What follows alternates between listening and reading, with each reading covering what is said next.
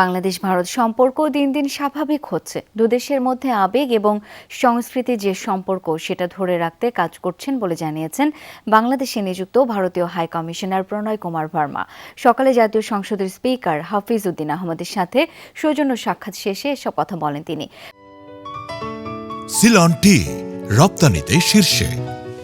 প্রণয় ভার্মা বলেন, দুদেশের মধ্যে পারস্পরিক বোঝাপড়া ও আস্থার সম্পর্ক শক্তিশালী। দুদেশের মধ্যে এনার্জি, যোগাযোগ, সংস্কৃতি সহ নানা বিষয় ওতপ্রোতভাবে জড়িত।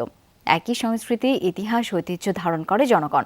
যেসব এলাকায় কাজ করলে দুদেশের জনগণই লাভবান হবে, সেসব এলাকায় পারস্পরিক সম্পর্কের ভিত্তিতে কাজ করবে বাংলাদেশ ভারত। এছাড়া দুদেশের সংসদীয় কার্যক্রম নিয়মিত আদান প্রদান অব্যাহত রাখার বিষয়ে আলাপ হয়েছে বলেও জানান ভারতীয় high commissioner.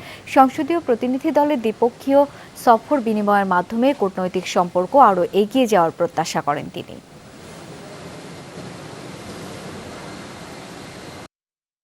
How we can work together with Bangladesh Jatiyo Samsad to in capacity building domain, and also regular exchanges between members of parliament between the two countries, so that their interaction can help promote better understanding between the two countries and the two people.